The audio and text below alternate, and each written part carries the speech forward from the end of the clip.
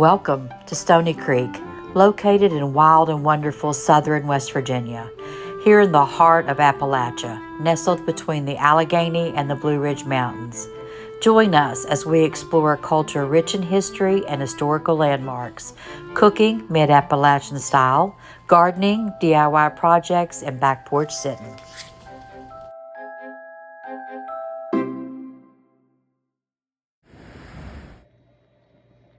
Okay, we're going to start by frying us some bacon.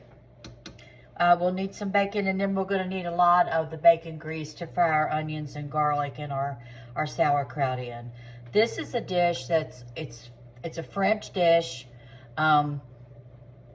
It calls for pork and sauerkraut and onions and garlic, and it's very, very good. So that's what we're making today. I cannot pronounce the name of it. I just call it my French dish because I don't know the name of it, but it's very good. So I'm going to take you through the steps today. So we'll start with browning some bacon. Okay, once your bacon is fried, we're going to take it out of the skillet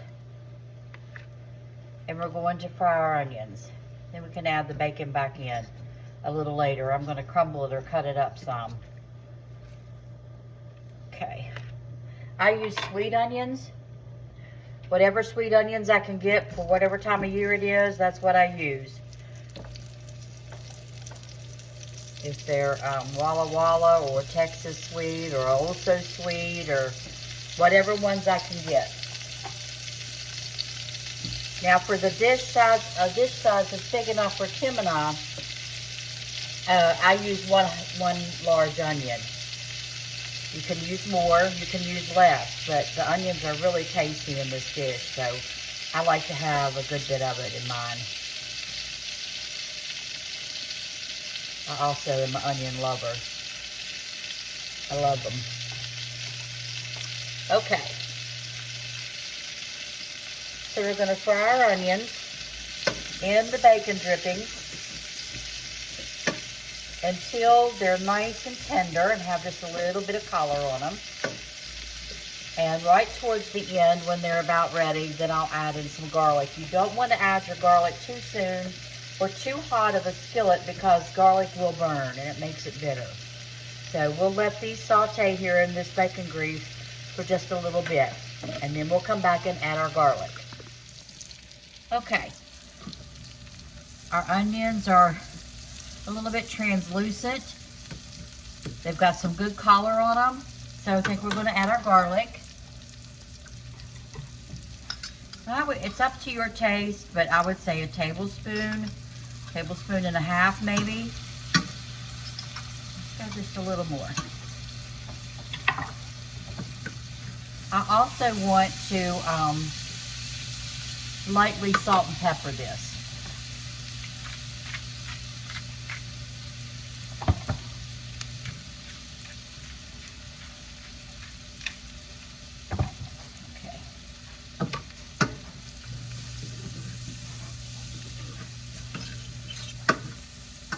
Okay, now we're going to add our sauerkraut. This is homemade sauerkraut that I put up.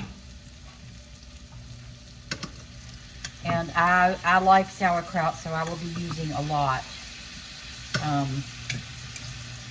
I can't remember what the original recipe called for, but it was, you know, at least 2 or 3 cups of kraut.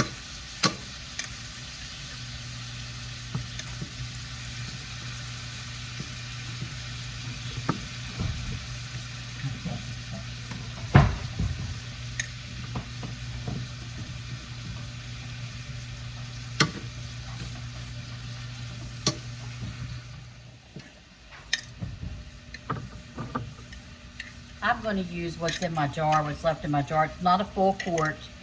It was more than a half a quart, but I'm going to use what I've got in here because that's what I really like about the dish.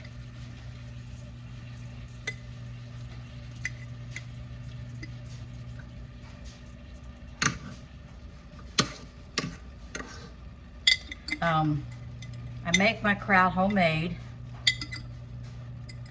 I let it sit on the counter for 2 to 3 weeks, depending on the heat. In the summer, that's all I'll let it sit, is 2 to 3 weeks. In the winter, it might need to set a little longer. I haven't made any now since the weather's began to cool off, but we'll see.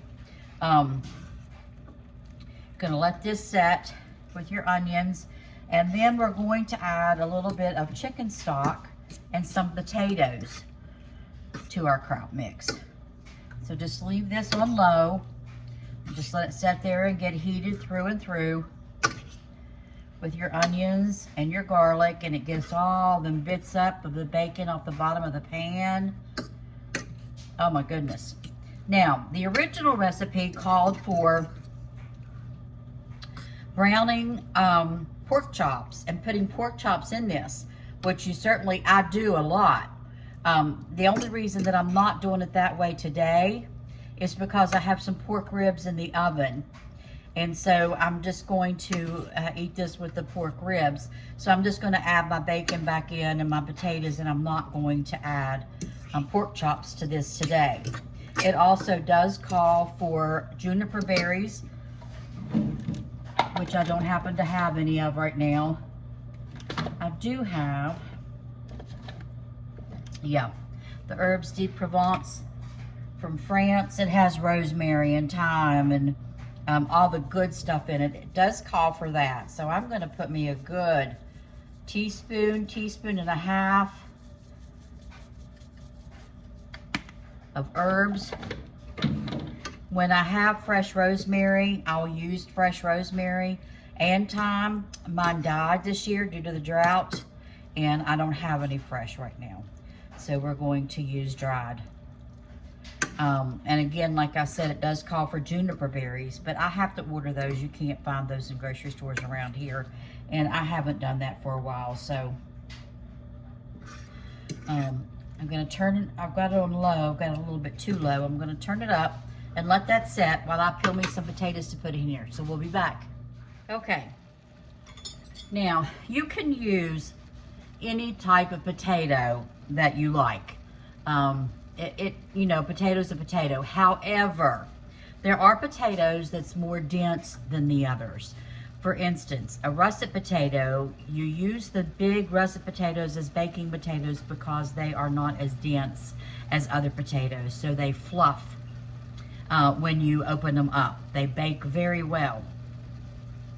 Red potatoes I use for mashed potatoes because they are very dense and they mash very well, and they're not too runny because they're not watery.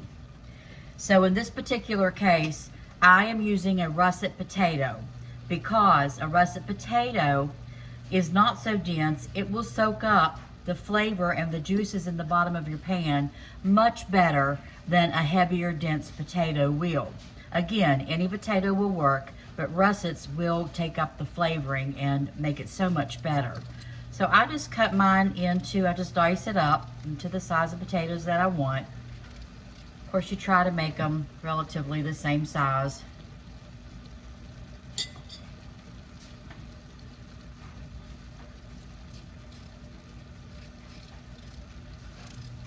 You don't have to salt them too much because, of course, with the bacon and the sauerkraut, you already have a lot of salt in it. Your recipe and your food, but also I'm getting ready to add some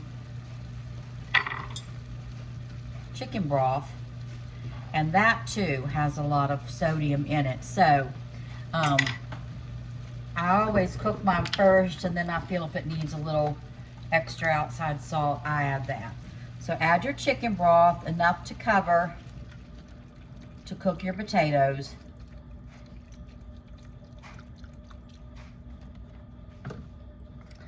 Just like that. And we will cover it and let it cook until our potatoes are tender. Then we'll crumble up our bacon and put our bacon back in our dish.